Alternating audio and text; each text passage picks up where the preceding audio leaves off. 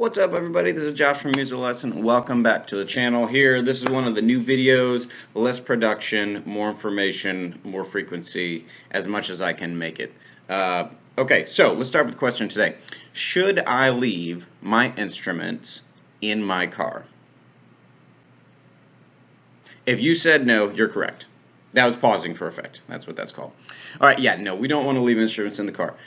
Number of different reasons why. First and foremost, if you're leaving your instrument in your car, remember, your instruments are made up of wood, metal, and plastic. Okay, now while plastic may not be affected as much by the weather, like humidity, temperature, barometric pressure, things like that, the wood and the metal definitely is. Okay, there's some science involved in it. You science folks out there will definitely understand where I'm going with this. When temperatures get very cold, things constrict, they get smaller, okay? The molecules come together and get smaller, even if it's microscopically. And even if it's microscopically, that can affect the tuning of your instrument. Literally, if it's metal, by technicality, it can actually affect the size of the string, or maybe even, I don't know, maybe not so much the size of like a tuner or something like that, but it can definitely affect it. So yeah, it can definitely adversely affect your tuning. It can adversely affect how things fit on your guitar. Specifically, if we're talking about wood, with temperature fluctuations and humidity fluctuations, if the wood is untreated and all of the water hasn't been gotten out of the wood properly, that wood can shrink and expand. And like on a guitar, you get what they call fret sprout. Okay, the frets kind of pop out on each side. Now that's not because the metal per se grew, right? That's mainly because the wood shrunk. Okay, because they didn't get the humidity, the moisture out of the wood as well as they could have at the beginning. Now that doesn't mean it's a bad guitar. I mean, it could be a great guitar, right? I've played great guitars that had fret sprout. They just needed to have those frets filed down a little bit, so that it didn't cut your hands up a little bit. That does not make it a bad guitar necessarily. It just means that, hey, maybe it was made back in the 60s, right, when we didn't have the same level of production that we have these days, right? So keep that in mind. That's a big thing. That happens a lot.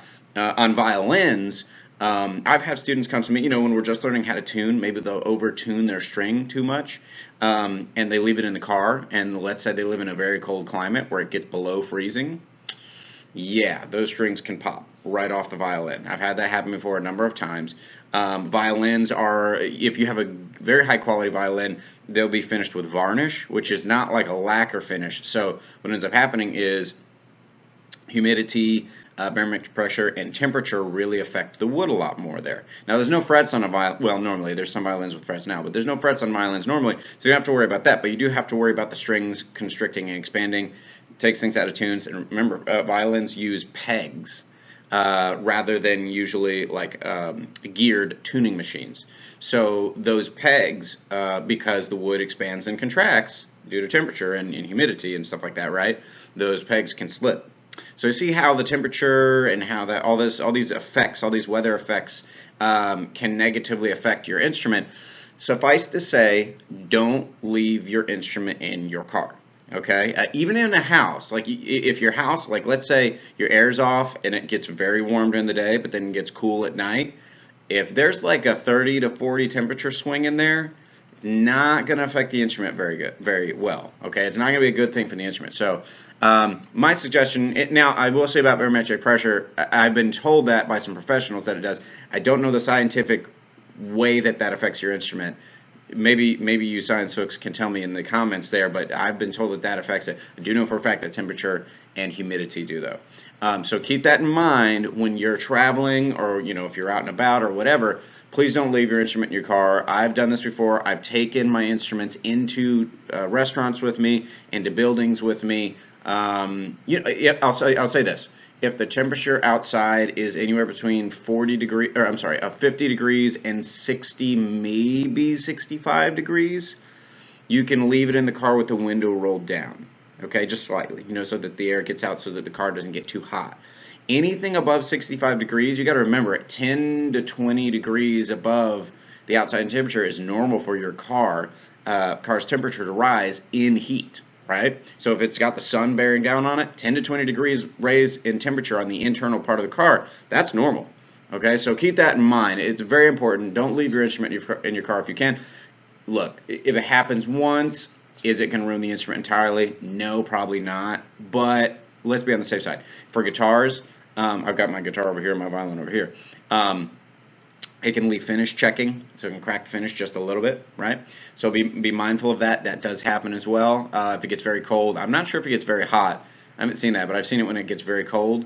Like if it freezes, it can cause cracking and finish checking because, again, the dimensions are slightly microscopically changing, right? So anyway, just keep that in mind. Let me know if this has happened to you before in the past, your experience with this.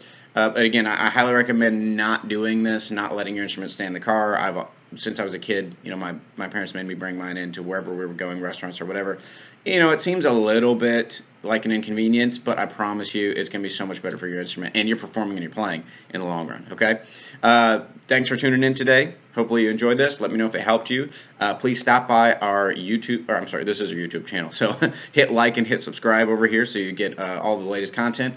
Check out our Facebook page and our educational website at www.musilesson.com. That's MUSILESSON.com. And our Facebook is of the same name, Musilesson. You can do @Musilesson in the search pane. It should come up on Facebook. Like us on Facebook and join us there because we've already got some new stuff going on. All right? Thank you so much. See you soon. Bye-bye.